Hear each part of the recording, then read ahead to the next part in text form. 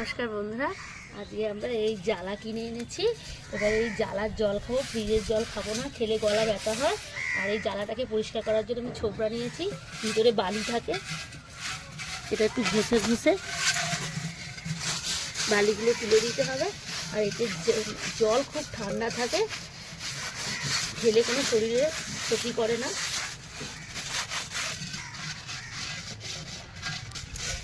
এই বন্ধুরা এই বালিগুলো তলায় যেগুলো সেগুলো ঝেড়ে দিলাম। এবার ভালো করে ধোবো, ধুয়ে তারপরে জল রাখবো।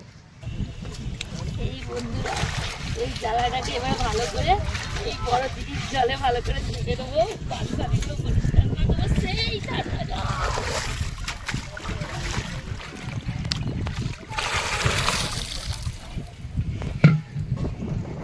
বন্ধুরা এই বস্তাটা ধুয়ে নিয়ে এসেছি, বস্তাটা বিছাবো যেহেতু জলটা অনেক ঠান্ডা থাকবে। তারপরে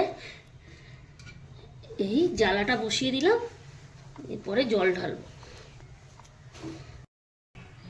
এই বন্ধুরা আমি জলটা জ্বালাতে আস্তে আস্তে ঢেলে দেবো, ঢেলে দিয়ে এই গায়েতে ঢাকনা দিয়ে দেবো।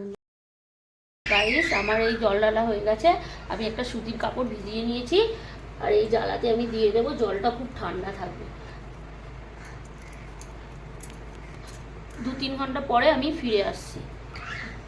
এই বন্ধুরা 2-3 ঘন্টা হয়ে গেছে, এবারে আমি জল খাবো।